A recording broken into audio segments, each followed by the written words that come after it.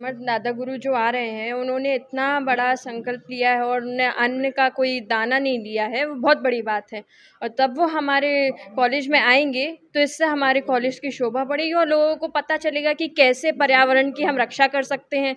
नदी नहीं तो सदी नहीं, उसकी भी हम रक्षा कर सकते हैं। अगर नदी नहीं होगी, पीने का जल नहीं होगा, तो लोग कैसे आगे बढ़ेंगे, लोग कैसे जीवित रहेंगे, उसी के ऊपर वो बात करेंगे। इसी के रूप में वो हमारे यहाँ 9 तारीख को स्वामी विवेकानंद विश्वविद्यालय में आने वाले हैं। उस वक्त आप नमस्कार, मैं हूं लक्ष्मी पांडे ढाना। आप देख रहे हैं खबर क्रांति न्यूज। आज हम आपको सागर में आज हम मौजूद हैं वरदान होटल में। यहाँ पे एक पत्रकार वार्ता रखी गई थी।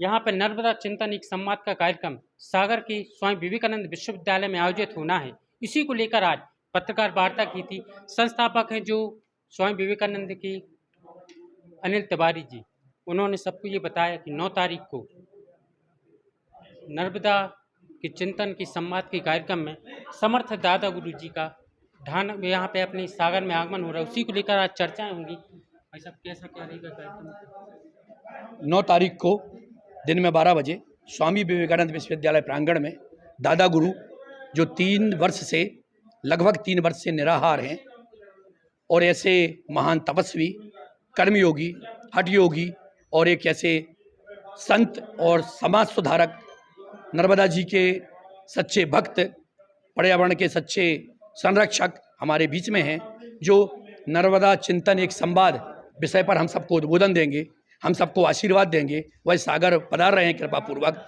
तो उनका सागर आगमन पर मैं आपके चैनल के माध्यम से, खबर क्रांति के माध्यम से यह निवेदन करता हूं कि सागर तक यह बात पहुंचाएं कि जो भी धर्म लाभ लेना चाहते हैं, जो भी समाज सुधार के लिए काम करना चाहते हैं, जो नदी है तो सदी है, जो नदी को बचाना चाहते हैं, वह सब आएँ और दादा गुरु के साथ सम्मिलित हों। क्या देखा आपने, यानी 3 वर्षों से लगातार सिर्फ जल लेकर अन्न का बिल्कुल परित्याग किए, क्या मानते हैं आप?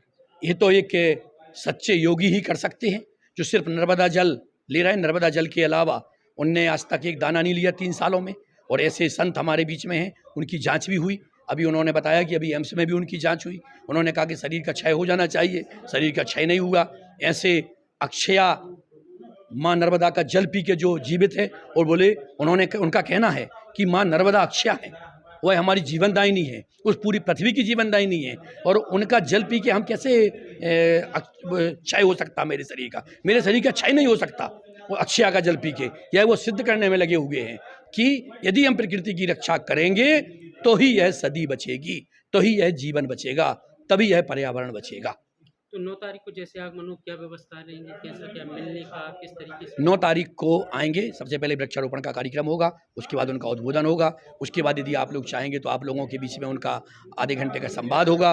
उसके बाद जो भी उनसे मिलना चाहेंगे वो 1 to 1 जाके उनसे मुलाकात भी हम करवा सकते हैं, क्योंकि उनसे निवेदन किया है कि आप एक हाल में बैठ जाइए और जो भी आते हैं तो वो आशीर्वाद भी ले पाएंगे, ऐसा उनसे निवेदन किया है। बाकी कुछ उनकी मर्जी पर भी होता है। संत हैं, उनका कहना होता है, ना मैं किसी का खाता हूँ, ना किसी का अन्न मेरे शरीर के अंदर है, तो ना मैं किसी के प्रभाव में हूँ, ना किसी के आदेश पर हूँ, ना किसी के कहने पर हूँ। जो हूँ मैं खुद की मर्जी पर हूँ। जैसी माँ नर्मदा हमें प्रेरणा देगी वैसा करेंगे, यह निवेदन मैंने किया है। बाकी सब उनकी प्रेरणा जो होगी वो करेंगे।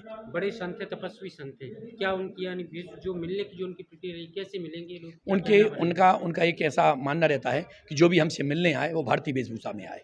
बोले जब मैं किसी का अन्न नहीं खाता हूँ तो मैं ना किसी के प्रभाव में रहता हूँ, ना किसी के दबाव में रहता हूँ। ना दबाव चलता है ना प्रभाव चलता है। भारतीय वेशभूषा में जो होगा मैं उससे मिलूंगा।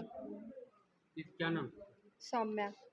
क्या देखते हैं, यानी आज 9 तारीख इतिहास बन जाएगा स्वामी विवेकानंद का? जी, बिल्कुल सही है कि समर्थ दादा गुरु जो आ रहे हैं उन्होंने इतना बड़ा संकल्प लिया है और उन्होंने अन्न का कोई दाना नहीं लिया है, वो बहुत बड़ी बात है।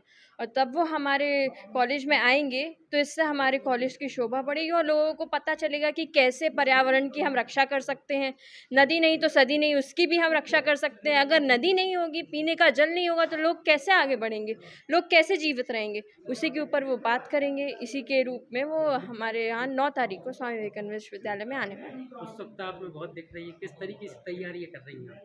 जी, हम सबको जागरूक कर रहे हैं कि इस कार्यक्रम में ज़रूर आएँ और अपना योगदान दें और समझें कि नदी का क्या योगदान है इस पृथ्वी पे और इस सदी में आप नदी का क्या योगदान है, ये जानने के लिए आप ज़रूर आएँ और इस कार्यक्रम को ज़रूर देखिए।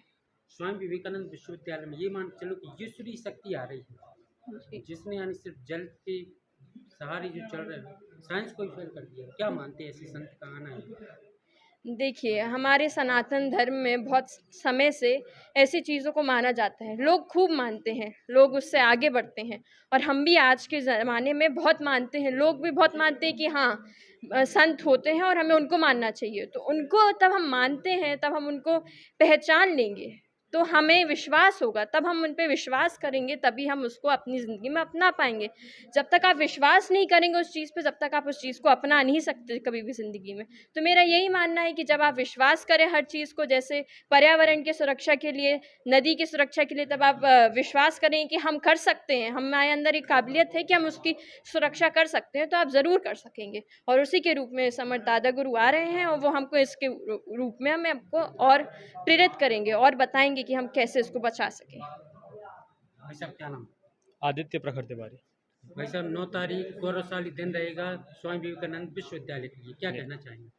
हम उसी तैयारियों में लगे हुए हैं, जैसा कि सर ने बताया था कि जो शुरुआत रहेगी दिन की वृक्षारोपण से होगी, तो उसमें बहुत सी तैयारियां हैं।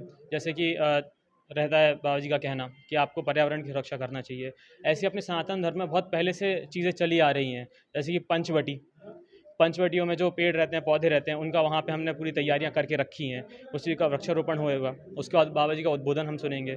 और वही है कि हमें जागरूकता फैलानी है। वो तो हमारा अच्छी बात है कि विश्वविद्यालय के माध्यम से जागरूकता पूरे सागर शहर में फैलेगी। सभी से आग्रह है कि यहाँ आएँ, देखें कि कैसे सनातन धर्म में जो चमत्कार हो रहे हैं। और जो है कि यहाँ 3 साल से उनने एक अन्न का दाना नहीं लिया। हमारे सनातन धर्म में बहुत पहले से ऐसी चीज़ें चले आ रही हैं, होता है। और इसके हाँ साइंटिफिक प्रूफ आज आप कहेंगे कि नहीं है, बट हमारे धर्मों में जो वेदों में लिखा हुआ है, सब उपनिषदों में लिखा हुआ है कि कैसे किया जा सकता है और कैसे हो रहा है, उसके बारे में जब 9 तारीख को बाबा जी आएंगे तो आगे उद्बोधन देंगे कि कैसे क्या है।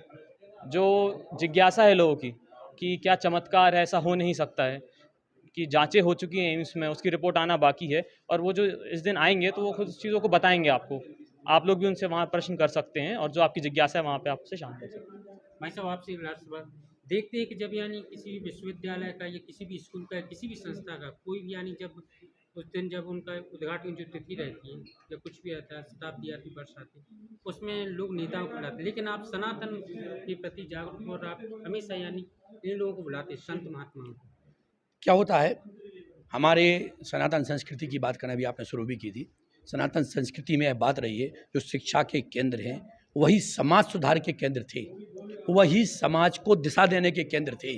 कहीं ना कहीं वर्तमान के पाश्चात्य संस्कृति आने के बाद, पाश्चात्य की तरफ जाने के बाद, कहीं ना कहीं हमने जो भी संस्थान थे, हमारे शिक्षा के संस्थान थे, उनको सिर्फ हमने शिक्षा तक सीमित कर दिया।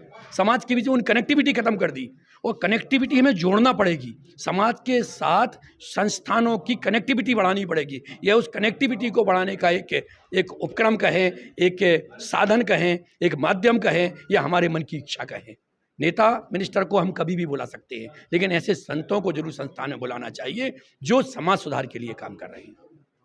तो हमारी बातचीत हुई स्वामी विवेकानंद विश्वविद्यालय के संस्थापक डॉक्टर अनिल तिवारी जी। उन्होंने स्पष्ट कहा कि 9 तारीख को एक गौरवशाली दिन रहेगा स्वामी विवेकानंद विश्वविद्यालय के लिए। सभी आएँ, सभी वहाँ पर दर्शन करें। समर्थ दादा गुरु जिन्होंने 3 साल से सिर्फ जल, नर्मदा जल से अपना जीवन यापन कर रहे, साइंस को ही फेल किया है। आप आएँ और वहाँ पे देखें कि आखिर क्या है, कौन सी ईश्वरीय शक्ति स्वामी विवेकानंद विश्वविद्यालय में प्रवेश कर रही है। और उनके दर्शन मात्र से ही हर एक व्यक्ति का, हर एक पुरुष का जीवन बिल्कुल धन्य होगा। लक्ष्मी पांडे राणा, खबर क्रांति न्यूज, सागर।